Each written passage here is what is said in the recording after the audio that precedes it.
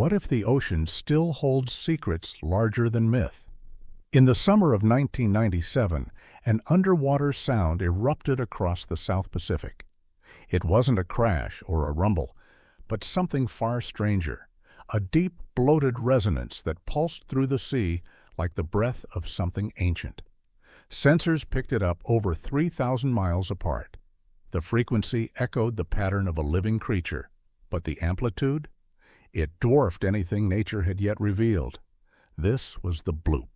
For years it was an enigma, a ghost note from the deep that stoked scientific curiosity and public imagination alike. What could create such a sound? A whale the size of a skyscraper? A leviathan thought lost to time? The theories swelled and receded like tides, some grounded in oceanography, others in cryptozoology. In every telling, however, was the same haunting refrain. We do not know what lives down there. At the time, the U.S. Navy had just opened its Cold War surveillance network to science. This labyrinth of underwater microphones, once tuned to track submarines, now listened to the natural world. And that summer, in a lonely stretch of ocean near Antarctica, it heard something it could not name. The location was remote, too far for ships, too empty for commerce. No bustling trade routes, no sonar-bouncing vessels, just endless blue atop unfathomable black. The Bloop repeated sporadically over weeks. The signal rose quickly, then fell, a biological curve, not a mechanical one. Its volume, however, was beyond biological comprehension. Measured at around 240 decibels underwater, it was nearly 50 decibels louder than the call of a blue whale, the largest known animal on Earth. And so began the guessing. Sea monster, ancient species, an animal larger than science allows? The Bloop became a placeholder for everything unknown about the ocean. Fans of H.P. Lovecraft pointed out the coordinates weren't far from the fictional sunken city of Barreleye, home to the cosmic entity Cthulhu. Theories spiraled, but the facts remained elusive. Even scientists, those most grounded by evidence, could not immediately dismiss the possibility of a biological source. After all, the ocean is vast. Much of it remains unsurveyed. But doubts lingered. Massive animals need food, they need oxygen, they leave trails. They beach, they die, they rise to the surface. And yet there were no sightings, no corpses, no markings, just the sound. Then came a new hypothesis, one quieter but no less fascinating. What if the sound wasn't life, but ice? A few years later, researchers studying seismic activity in Antarctica noticed similarities between glacial events and the Bloop. Ice quakes, violent fracturing of icebergs or ice shelves, emit low-frequency rumbles eerily similar in structure. Massive sheets of ice splitting from the continent can roar into the sea with a voice loud enough to wake an ocean. By 2012, NOAA concluded that this was likely the case. The mystery was solved officially, but not everyone was satisfied. There was something in the Bloop's story, its sudden appearance, its biological mimicry, its sonic immensity, that made it hard to let go. It wasn't the answer that mattered most. It was the question it left behind, how little we truly understand the deep. For in the darkest waters, where pressure crushes steel and light never falls, life exists in forms and behaviors we're only beginning to witness. Each strange sound, each fleeting shadow asks us to confront a truth long known but rarely felt. The world is not yet done surprising us. And so the Bloop becomes a metaphor. Not for monsters, perhaps, but for mystery itself. The reminder that the ocean's floor is less mapped than the surface of Mars, that beneath our feet lies a planet still in hiding, and that sometimes the most extraordinary revelations begin with a whisper from the deep.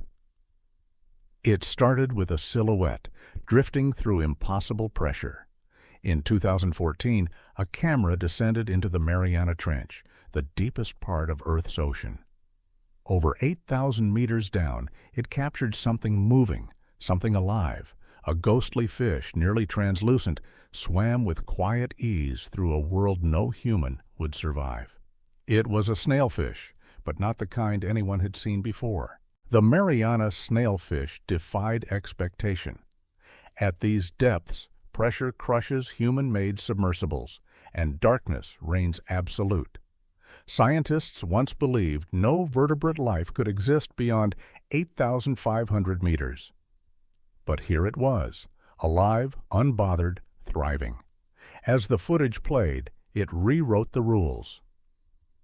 Snailfish are not charismatic by design. They are soft-bodied, scaleless, and in this case eerily pale. Yet their very presence in the Hadal zone, a realm below 6,000 meters, was revolutionary. This species, newly observed and eventually named, proved that vertebrate life could evolve to thrive in conditions once deemed utterly inhospitable. The pressure at these depths is over 800 times that at the surface. It's enough to collapse bones, rupture cells, and unravel the basic machinery of life. But the Mariana Snailfish has found a way.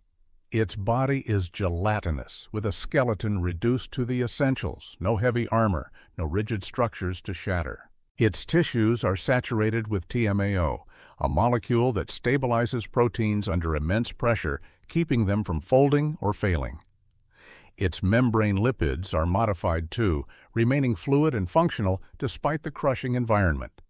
It has no scales to speak of. Few unnecessary features. Everything about it is an adaptation for survival, streamlined not for speed, but for resilience. In the footage, the snailfish doesn't skulk or struggle. It glides.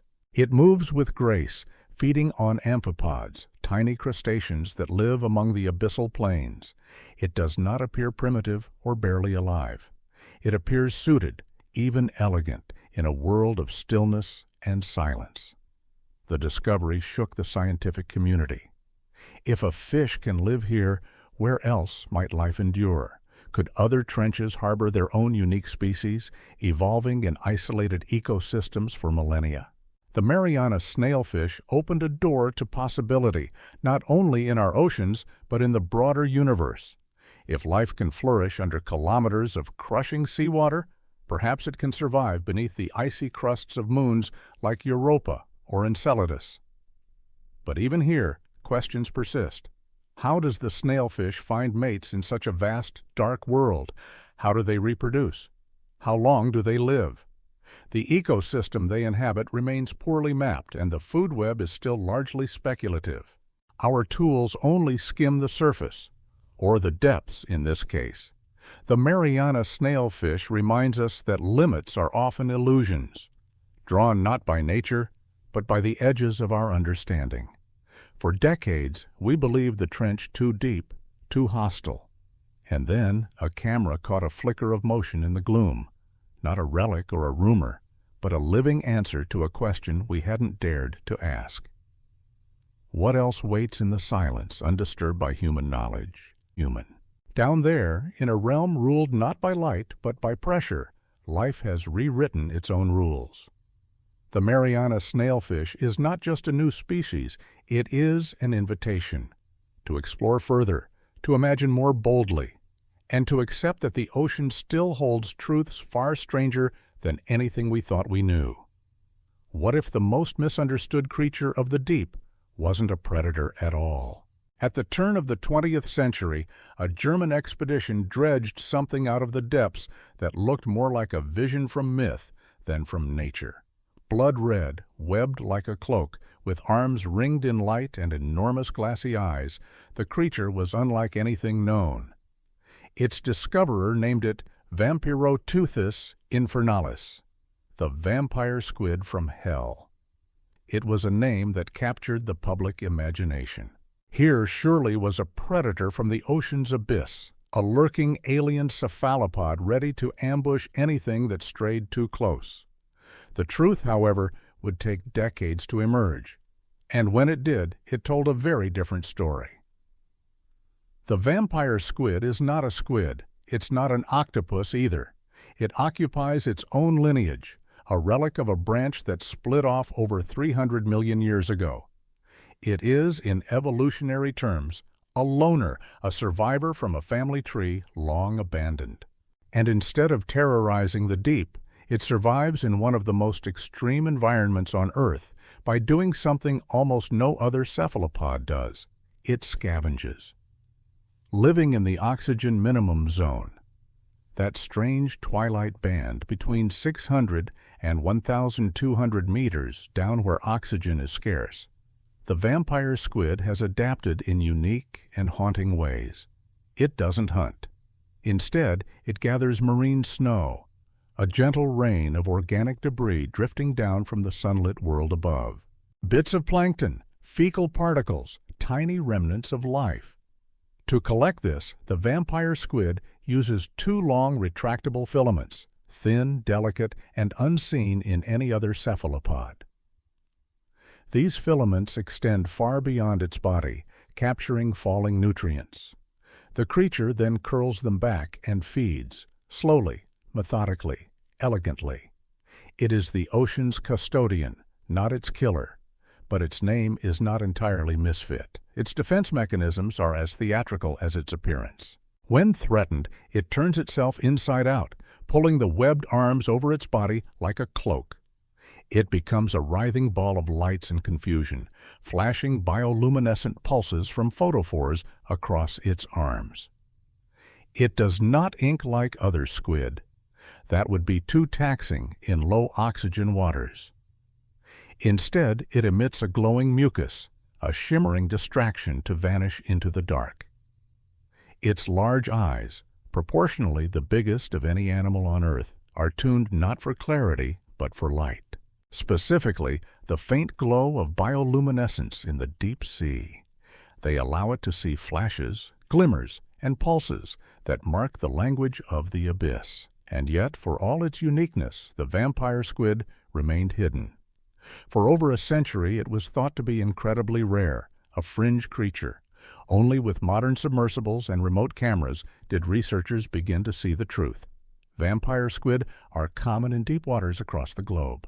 We had simply been looking in the wrong places at the wrong times. In every way, this animal defies expectations. A scavenging cephalopod, a peaceful vampire, a living fossil adapted not to kill, but to conserve. It offers a quiet, profound lesson in evolution, that survival isn't always about dominance or aggression. Sometimes it's about adaptation so complete that even our imagination couldn't keep pace. The vampire squid is a mirror to our assumptions about names, appearances, and what it means to thrive. In the silence of the deep, beneath crushing pressure and fading light, it glides, a creature not of horror, but of harmony. And maybe the monsters we imagine say more about us than about what truly lurks in the dark. What does it mean to be unseen for over a century? In May 2017, from the abyssal plains off Australia's east coast, a research vessel surfaced with a mystery. Among the thousands of deep-sea specimens collected that month was one creature that sparked both fascination and unease, a fish with no face, no eyes, no nostrils, no visible features at all, just a smooth, pale head tapering to a small, downturned mouth on its underside. It seemed almost sculpted, like a creature imagined rather than evolved. And though headlines dubbed it the Faceless Fish, the story was not about a new species. It was a return. In fact, this same species had been collected once before, in 1873, during the legendary HMS Challenger expedition. A single preserved specimen had languished in a museum for nearly 150 years, unnamed, unstudied, and thought lost to time, until now. The rediscovery happened as part of a focused expedition into the abyssal zone, that vast stretch of ocean between 4,000 and 6,000 meters deep. It's a realm of cold silence, with pressures hundreds of times greater than at sea level. The team had set out to map biodiversity in one of Earth's most unexplored regions. What they found reminded them, and us, how incomplete our catalog of life still is. The faceless fish is known scientifically as Typhlonus nasus, a member of the blind cusk eel family. Evolution, working over generations in darkness, had erased its eyes completely. Not just reduced them, erased them. No sockets, no vestiges, nothing.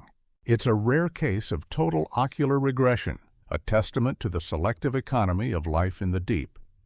Eyes, after all, are metabolically expensive. In an environment where light doesn't exist, nature reclaims what's no longer useful. Energy is repurposed, streamlined. What remains is function stripped of form. This fish is not blind in the traditional sense. It is beyond blindness. It simply does not engage with the visible world. And yet it's far from helpless. What the faceless fish lacks in sight, it makes up for in other senses. Its body is lined with a lateral line system, a series of subtle, sensitive receptors that detect pressure waves and movement in the water. This allows it to navigate, to avoid predators, to locate food. Chemoreceptors help it sense chemical trails. And its mouth, situated on the underside of the head, speaks to its feeding strategy, sifting along the seafloor, vacuuming up sediment, and extracting organic matter. Its form may seem alien, but its function is familiar. Survival, adaptation, continuity. What's remarkable is not just that the fish was rediscovered, but that it had gone so long without a second sighting. Had it always been there, hiding in plain depth? Or had we simply looked too narrowly, too shallowly? The deep ocean remains largely unmapped, not just its terrain, but its inhabitants. Entire species may live out eons without our notice. The faceless fish is a reminder of humility, that for all our tools, our satellites, and our science, the Earth still holds creatures that defy our expectations, not with grandeur or terror, but with quiet, persistent otherness. It asks no attention. It simply exists in a place we've barely touched. Perhaps the greatest mystery isn't how it lives, but how much else lives like it, just out of view, waiting to be seen not for the first time, but for the second. What if some creatures are real, but only in glimpses? In 2001, a camera belonging to an oil company's remote-operated vehicle captured something extraordinary in the Gulf of Mexico. At nearly 3,000 meters below the surface, the camera panned across a shadowy form, a squid, but not like any squid ever documented. Its arms and tentacles stretched impossibly long, bending sharply downward at right angles. They dangled like wires from a ghostly marionette. And then, as silently as it appeared, it drifted out of view. This was the first known sighting of the Bigfin Squid, an animal that, to this day, remains unseen by human hands. It has never been caught, never dissected, never studied in a laboratory. All we know comes from scattered video footage captured over the years from deep-sea submersibles operating in different oceans. In every video, the creature looks the same, a small, narrow mantle, perhaps a meter long, and arms or tentacles that extend many times that length. In some cases, they stretch 15 to 20 meters, perhaps more, but they often drift beyond the frame, their true size uncertain. The appendages aren't held out like a typical squid's, but are instead suspended vertically, creating an eerie, elbowed posture. The arms float motionless, spread wide like the strings of a jellyfish, as the body hovers in the water column. It is this posture, still patient, alien, that captures the imagination. The Bigfin squid doesn't hunt in bursts of speed like most of its relatives. It appears to wait. It drifts in place, as if sensing. Scientists believe the long appendages may be lined with sensory receptors, able to detect vibrations or chemicals in the dark ocean.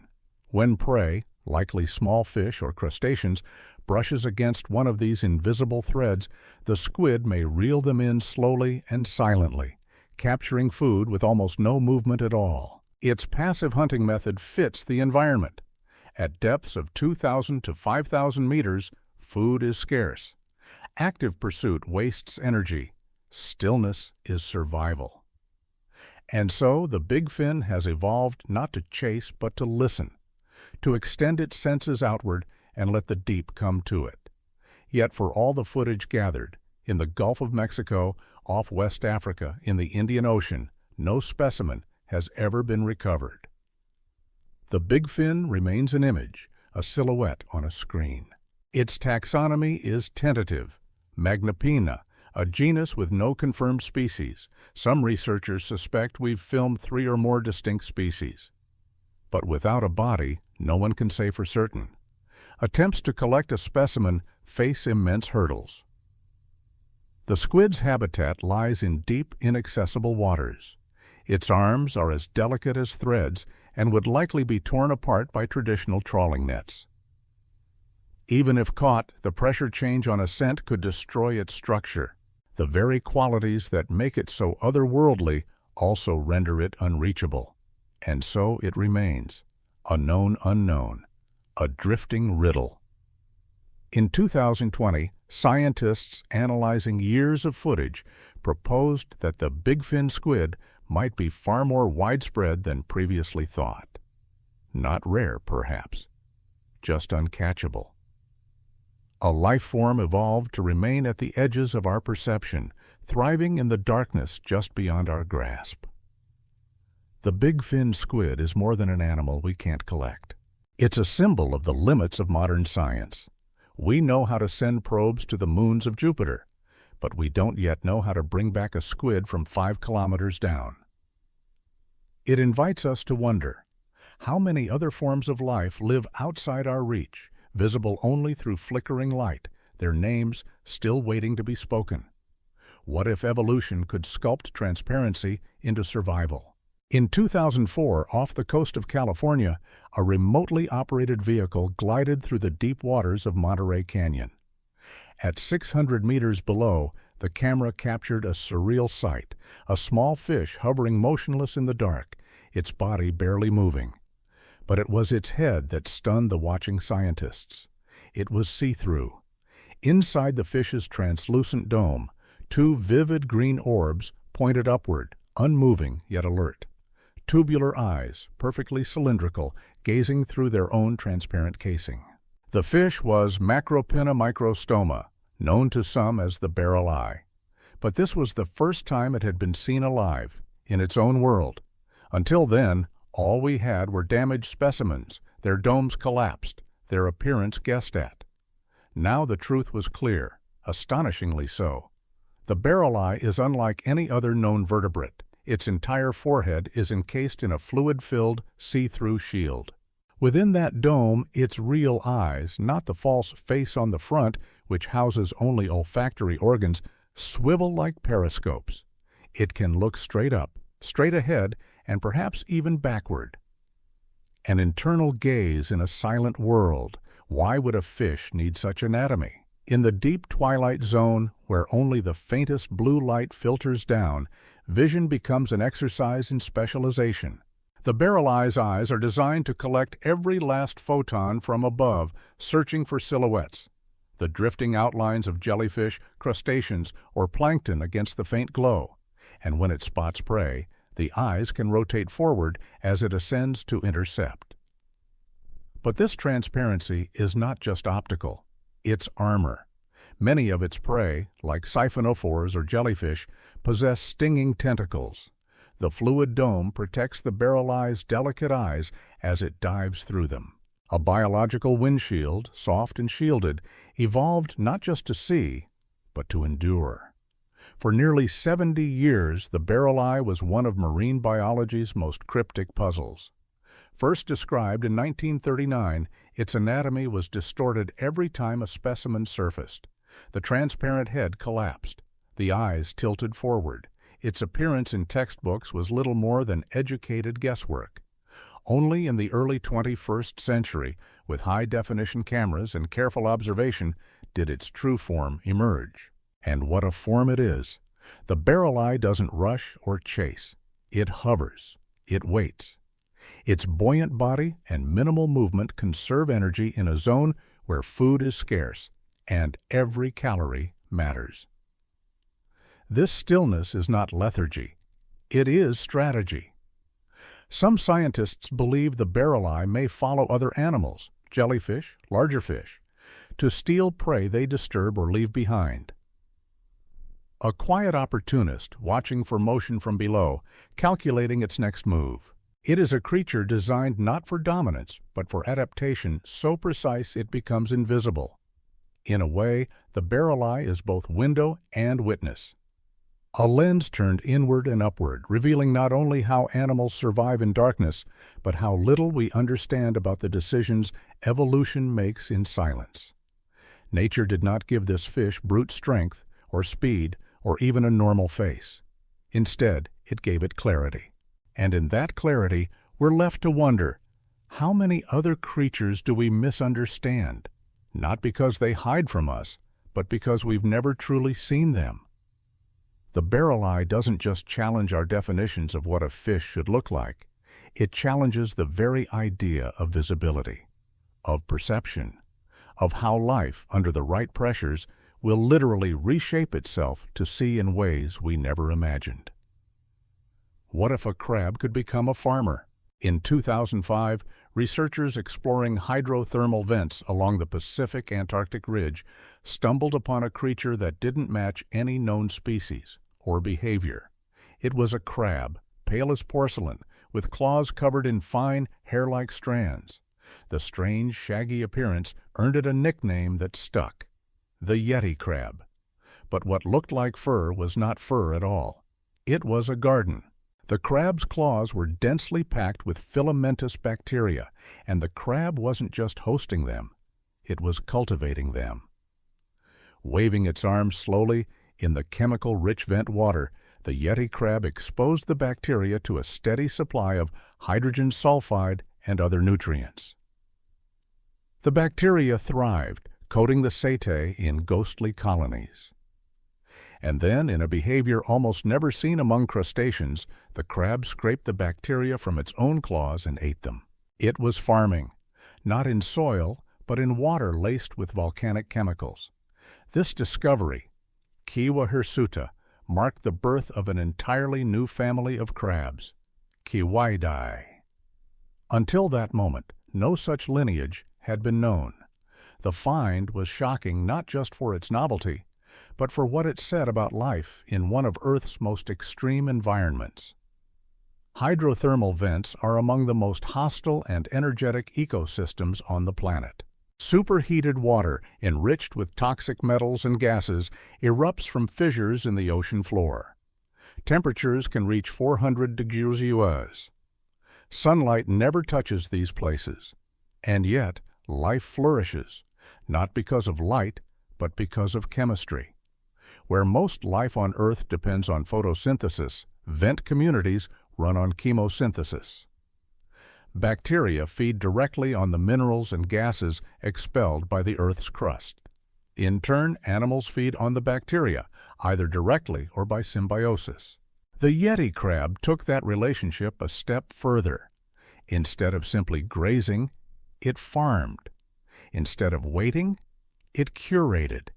It built a tiny ecosystem on its own body, waving its arms not as a display or for defense, but as a form of aquaculture.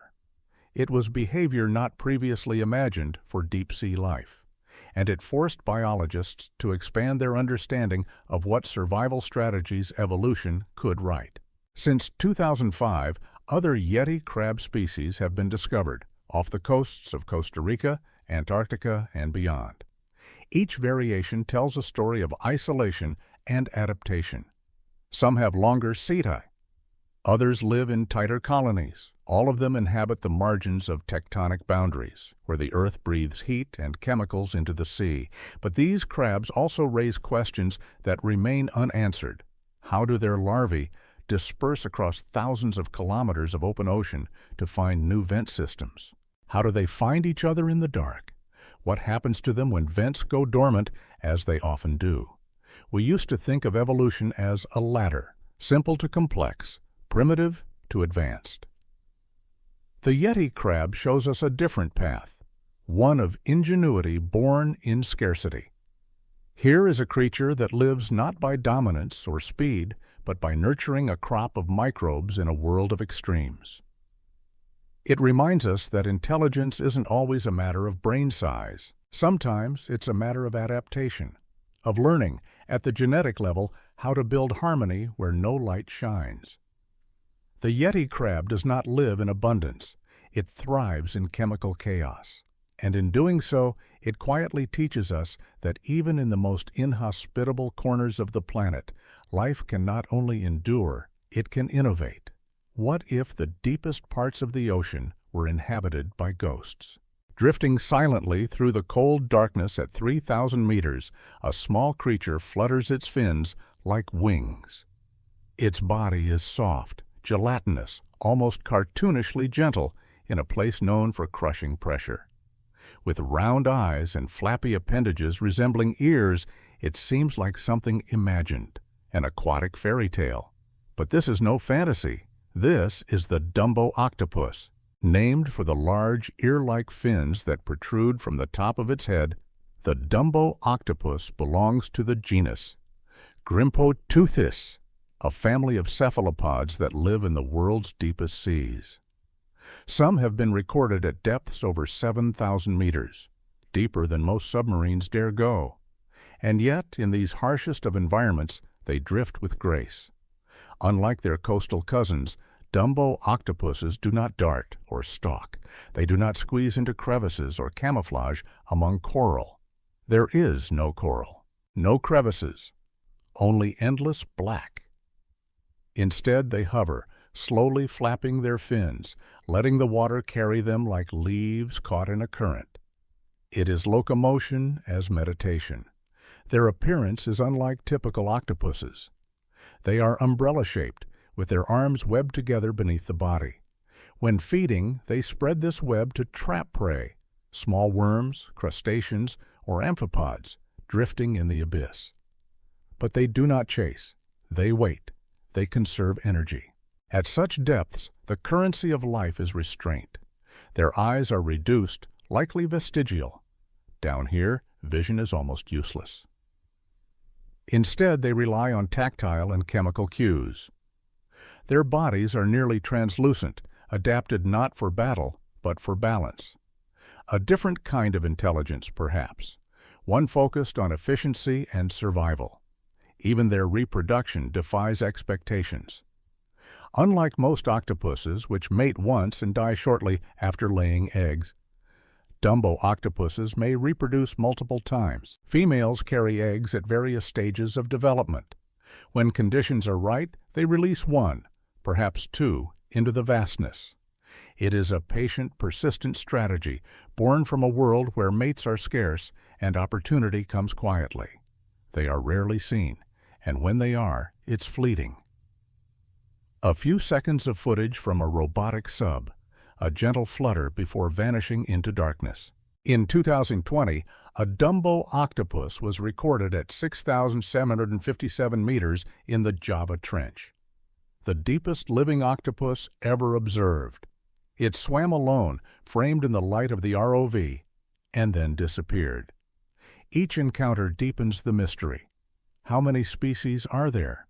What are their lifespans? What do they sense as they drift? Without specimens, answers are elusive. But the glimpses we get, soft shapes floating in silence, suggest a life form adapted not just to survive the abyss, but to belong to it. There is a strange serenity to the Dumbo octopus. No sharp weapons, no bright defenses, no panic, just rhythm. In an environment that would crush almost anything else, it moves as if the pressure doesn't exist. It reminds us that complexity isn't always loud. Sometimes it's quiet. Sometimes it glides on translucent fins in the dark, asking for nothing, revealing just enough to make us wonder. The Dumbo octopus is not the deep sea's monster. It's its lullaby, a soft whisper of life at the very edge of our understanding. What if one of the largest sharks on Earth hid in plain sight for centuries? It wasn't until 1976 that we first laid eyes on it. A U.S. Navy vessel off the coast of Hawaii pulled up an enormous, soft-bodied shark tangled in its anchor lines. It was 14 feet long, weighed nearly 1,700 pounds, and had a mouth unlike any seen before, vast, rubbery, and glowing with bioluminescent tissue. It didn't attack, it didn't thrash. It simply floated. It was the megamouth shark, Megachasma pelagios, and no one had seen its kind before. The discovery caused a stir. Here was a massive creature, seemingly gentle, that had completely escaped notice in the modern era of sonar, satellites, and industrial fishing. How could something so large remain so unknown? Unlike the fearsome great white or the massive whale shark, the megamouth glides through the deep using stillness. It feeds not on seals or fish, but on plankton, filtering tiny organisms from the water with its gill rakers. Its body is soft and gelatinous, not built for speed. It lacks the power and predatory tools of its cousins. Its defense is depth, distance, and mystery. Its glowing mouth may serve as a lure. Some scientists believe the bioluminescent tissue attracts planktonic prey, drawing them close before the shark glides forward with its massive mouth agape. Others suggest it's a remnant, an evolutionary echo of some deeper, stranger past. Since that first sighting, fewer than 100 megamouths have ever been confirmed. Each one has deepened the mystery. They've been found across the Pacific, Indian, and Atlantic Oceans, a range that suggests they are not rare, just elusive. Many are discovered only when they wash ashore or are caught in deep-sea fishing nets. Living specimens remain vanishingly few. What makes them so hard to study is not just their habitat, which lies in the mesopelagic zone, hundreds of meters below the surface, but their behavior. They appear to be vertical migrators, rising at night to feed and sinking back to darkness by day. Tracking them is difficult. Capturing them alive is nearly impossible. Observing them in their natural environment is a scientific dream still mostly unrealized. The megamouth doesn't fit neatly into our categories. It is neither fierce nor fragile. It is massive but gentle, primitive in some ways yet highly specialized in others.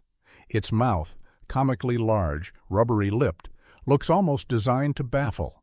And it does. Its skeleton and jaw structure suggest a lineage dating back millions of years, possibly diverging from other sharks early in evolutionary history. Yet because of the rarity of sightings, its biology remains a puzzle. How does it reproduce? How long does it live? How do juveniles survive in a world where even light struggles to reach? Some scientists now believe the megamouth represents not a relic, but a thriving example of a deep-sea strategy. Be big, be slow, be quiet.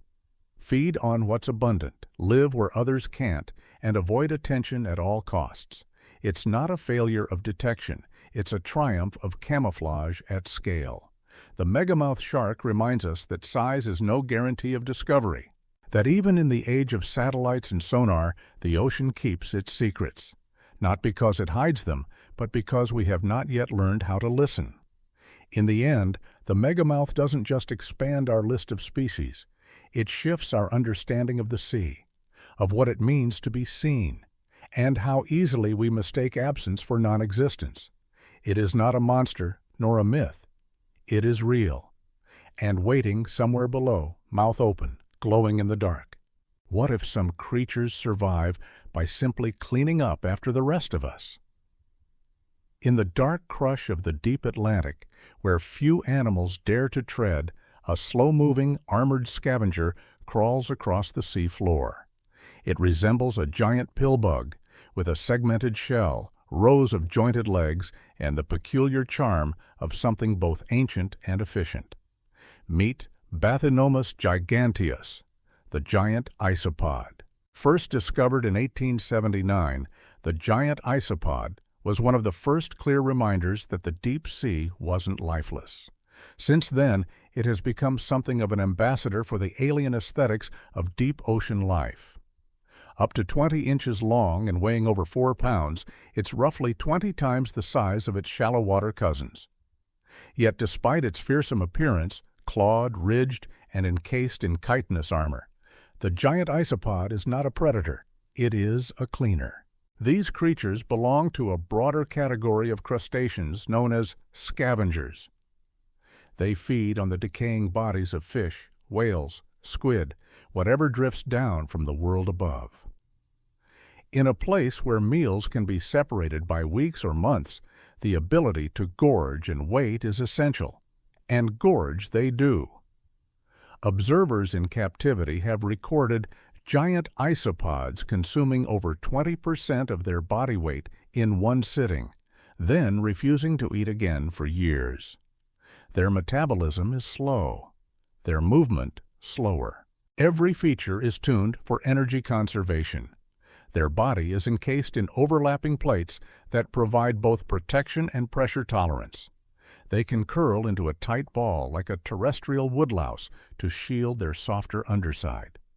Their compound eyes, large and fixed, grant them a wide field of view in the dimness. But unlike active hunters, they rarely pursue. They detect. They wait.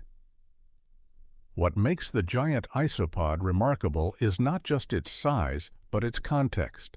In the deep sea, where oxygen is sparse, temperatures hover near freezing, and food is sporadic, everything is a calculation. Movement costs calories. So does growth, reproduction, digestion. These animals have evolved a lifestyle of patience, armored in stillness, thriving not by competition, but by persistence. Their reproductive cycle is equally methodical. Females carry their eggs, among the largest of any marine invertebrate, in a specialized pouch. When the time comes, the young emerge fully formed, miniature versions of the adults, ready to begin the long search for their first meal. Despite their popularity in aquariums and occasional appearances in viral internet posts, giant isopods remain poorly studied in the wild. Most specimens come from trawling nets or remote submersibles. Their exact range, population density, and lifespan are still unknown. We know they exist from the Gulf of Mexico to the South China Sea, but how many are there? How do they find carrion in the vastness of the ocean floor? How do they communicate? They may not be rare, but like many deep-sea species, they are elusive, less because of scarcity and more because of our limited reach. Giant isopods challenge our sense of scale and purpose. They remind us that survival doesn't require aggression, beauty, or complexity in the ways we often expect. It requires resilience, adaptation, and a willingness to wait. They are the caretakers of the deep, the silent recyclers, the patient ones, and in their armored quietude, they offer a strange kind of comfort that even in the most desolate places, life finds not only a way, but a role. In a world obsessed with speed, the giant isopod teaches us something else entirely, that sometimes endurance is the highest form of intelligence. What if the longest creature on Earth was made of many minds?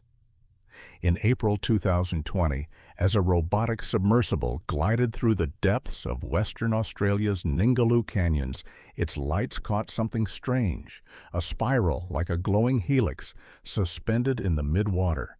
It wasn't a solid shape. It shimmered, pulsed, moved in waves. The team at the Schmidt Ocean Institute looked closer.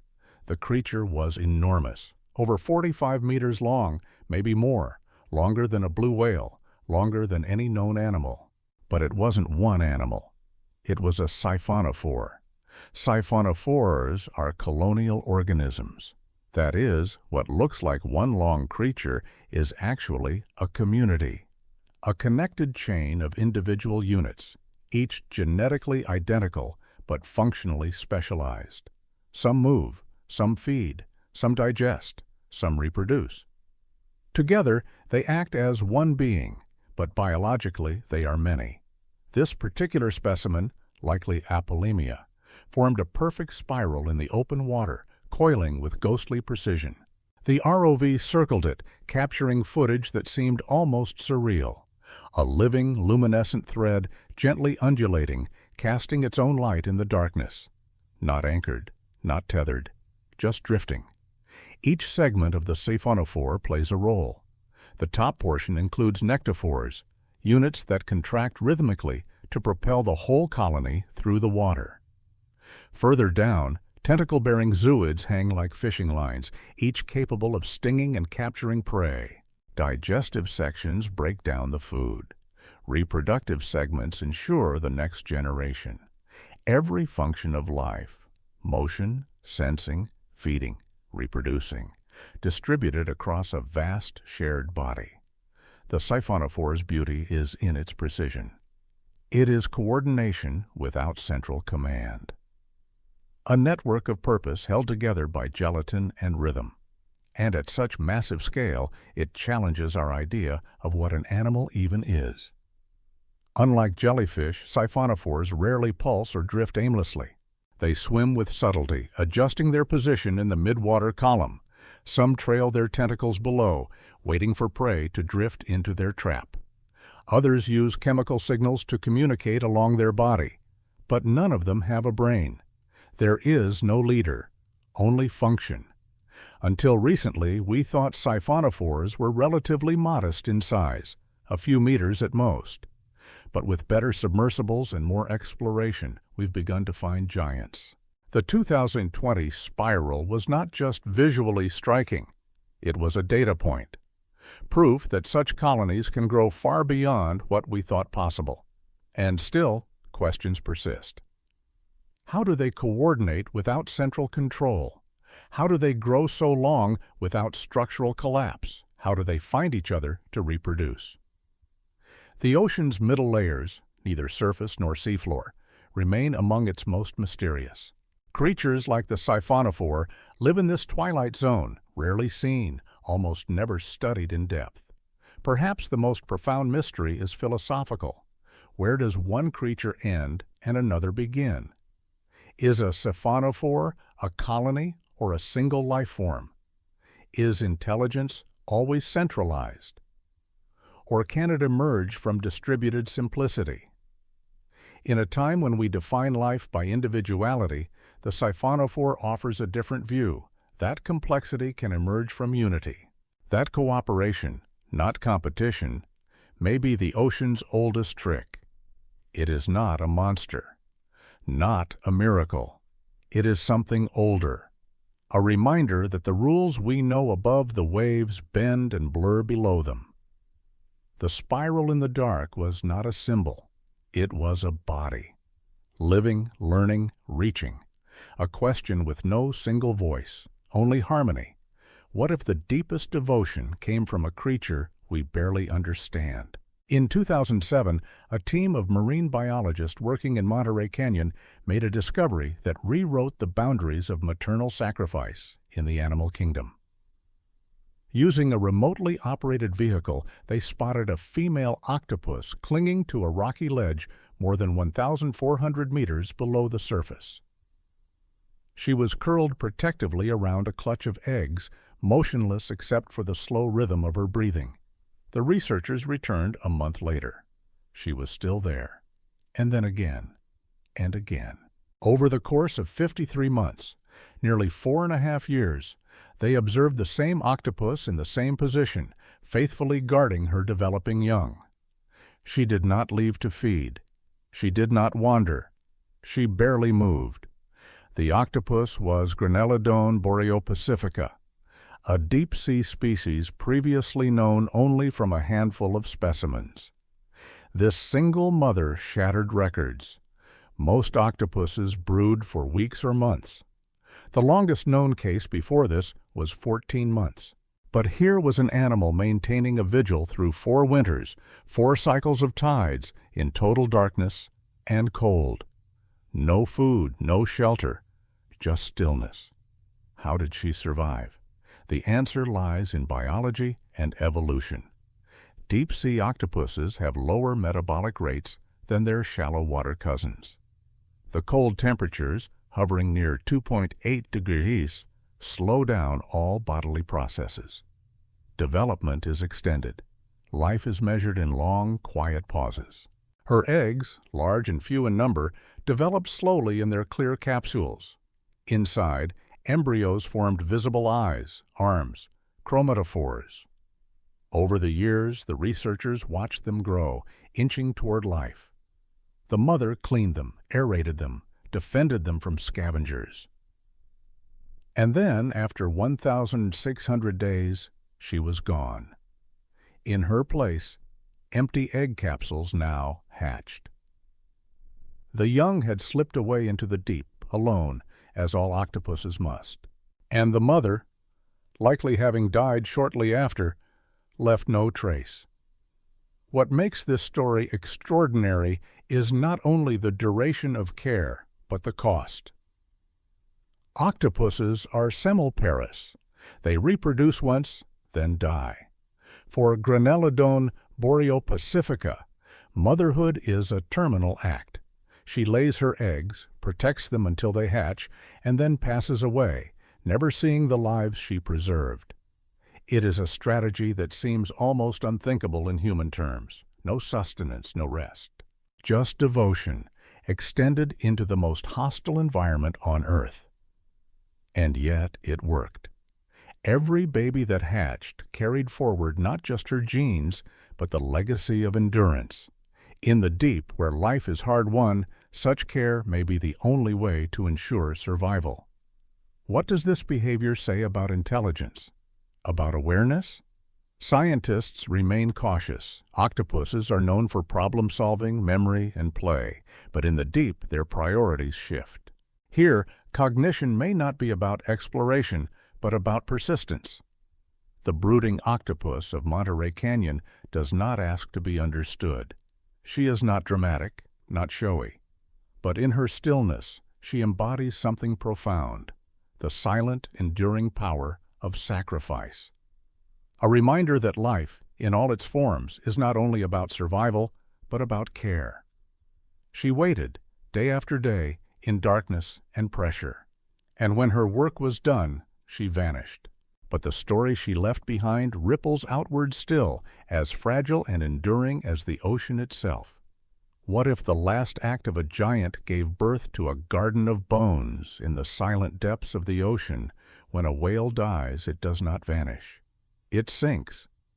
Slowly, its massive body descends through the twilight, then the midnight, until it reaches the abyssal floor. There, where sunlight has never touched, it becomes something else. A whale fall, a sudden oasis of nutrients in a desert of scarcity.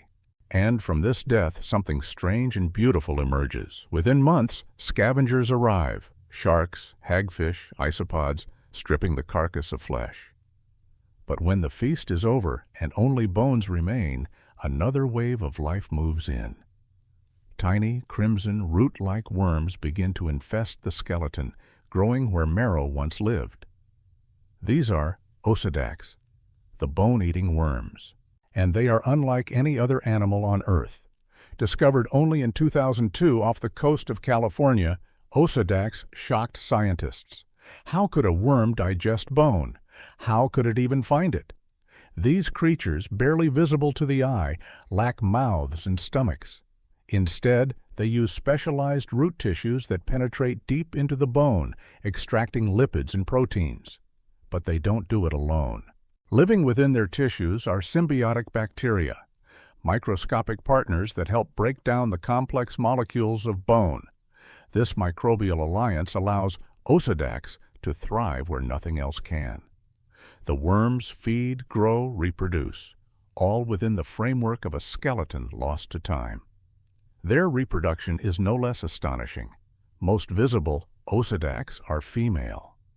Inside their gelatinous tubes, they house dozens, sometimes hundreds, of microscopic males. These males never grow beyond larval form. They exist solely to fertilize, permanently embedded within their partners. It's a system of extreme dimorphism, a reproductive adaptation built for a life of isolation and chance. Each whale fall becomes a community. Over time, dozens of species converge: snails, crabs, anemones, and these haunting worms. A single skeleton can support life for decades, and each species, in turn, plays a role in the slow dismantling of the whale's body. It is decay as ecosystem. Osedax doesn't rely on the whale itself. Any large bones will do. Ancient marine reptiles, even sunken cow bones dropped by researchers in experiments. What matters is the structure, the calcium, the lingering remnants of life. Since their discovery, more than 24 Osedax species have been described. They vary in color, size, and behavior. Some infest only specific bones, some appear to prefer certain depths. But all share the same quiet mission: to turn death into sustenance. Their presence tells a larger story, not just about whales, but about how the ocean recycles its giants. These worm-laced skeletons remind us that no life, no matter how large, escapes the web of transformation. Even the most massive beings eventually become foundation for others. We often imagine the deep sea as a place of darkness and stasis, but in the presence of Osedax, it becomes something else entirely, a stage for resilience, reinvention, and renewal. Life here is not linear. It is cyclical. The whale falls, the worms rise. And in that strange reversal, the deep reminds us that endings are rarely final. The bone-eating worm is not a horror, but a hymn. A quiet testament to how the ocean, given time and silence, reclaims everything and wastes nothing. What if the limits of hunger were stranger than we imagined? In 2007, a deep-sea trawler off the Grand Cayman pulled up a fish that looked bizarrely bloated.